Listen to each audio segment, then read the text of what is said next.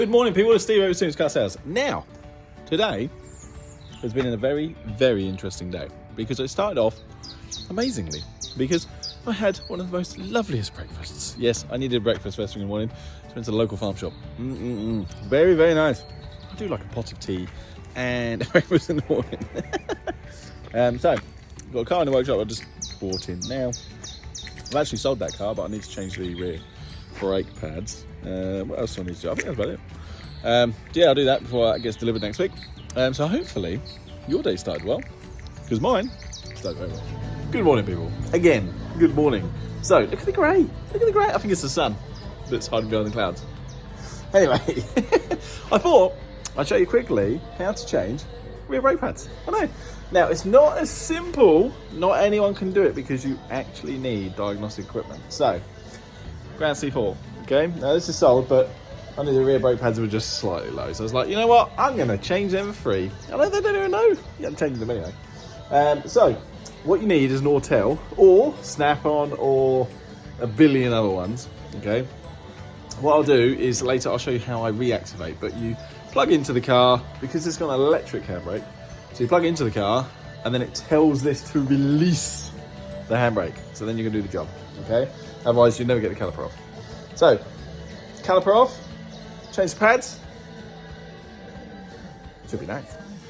So as you can see, wheel on the floor, and yes, yeah, brake pads, low. So, what we got here, bolt there, ooh, I'm pointing, but you're not seeing, there and there. It's just them two, believe it or not, and then I can literally prise back, there's your caliper to get the brake pads out. So to also get that off, the two bolts, you need a female multi-spline. That was 13 on a 3/8, but it don't make no odds in size, but it just depends on which one you got. And it literally is a case of, once you've done that and that, oh yeah, the stabby. And literally, you see that moving already? Hang on. I'll try and do this in one hand. Stevie. See how it's moving? There we go. Now, what you got to do is not drop it, because obviously, there. So all I'm going to do, because we have to wind it back, is I'm going to get a cable tie just to secure it with that spring so it don't go anywhere. So, as you can see, I've cable tied it, okay? Make it nice and secure so it's not going to go anywhere and the pipes are all safe, okay? Pads, I'll whip them out in a minute. But you see this, okay? So that is your piston there, okay? Now you need to wind that back. Now, what you need is another tool. Love tools. So, now this, left hand, right hand. You're like, Steve, it makes noise, does it? Yes, it does. Oh no, got dirty.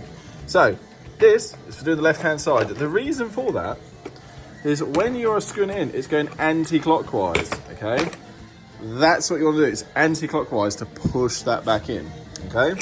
Now, it's a Citroen, and I know it's that one. So, there you go. So you see the two little pins on there?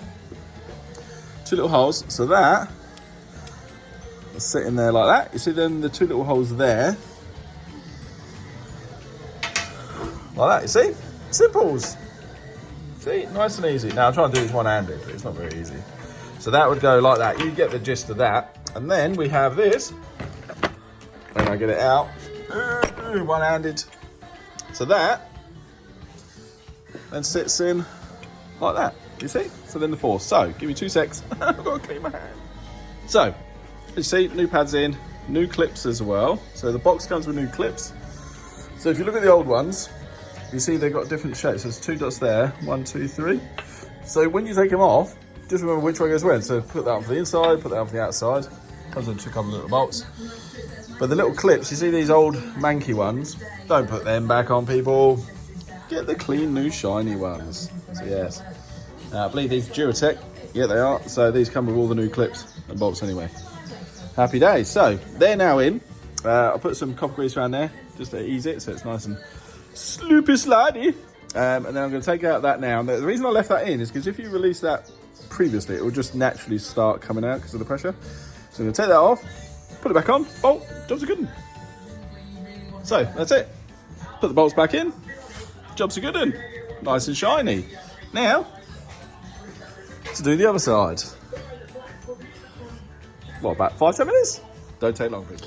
So I've just redone it. So all you do is you put the start button on, but don't start the car. Okay, I've re-initialized it. But what you do is go into hot functions.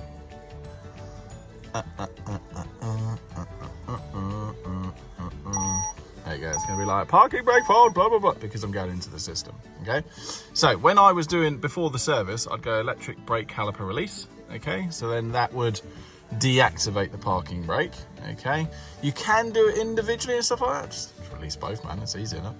And that's it. And then reactivation, so you go click, and then it does it, you put your foot on the brake, it tells you what to do, and then it works again. So if I escape out of that, it should, anti-slip reactivation, there we go, it's getting rid of all of its problems now because it was thinking I was in the system. But yes, so now, there you go. Yeah, parking brake on, parking brake there, and there we go. Parking brake released. Parking brake on. Happy days, another job for the Steve. So, what a productive day. Indeed, very productive. So, a few things have happened. I've been super mechanic-y Steve today, yes. Showing you all good people how to do these things that mechanics charge you a fortune to do. But you can do it yourself if you can just have the right tools. And a bit of patience. So, productive mechanic. And also, I sold nearly all my cars. It literally is mental. I've got 3 left.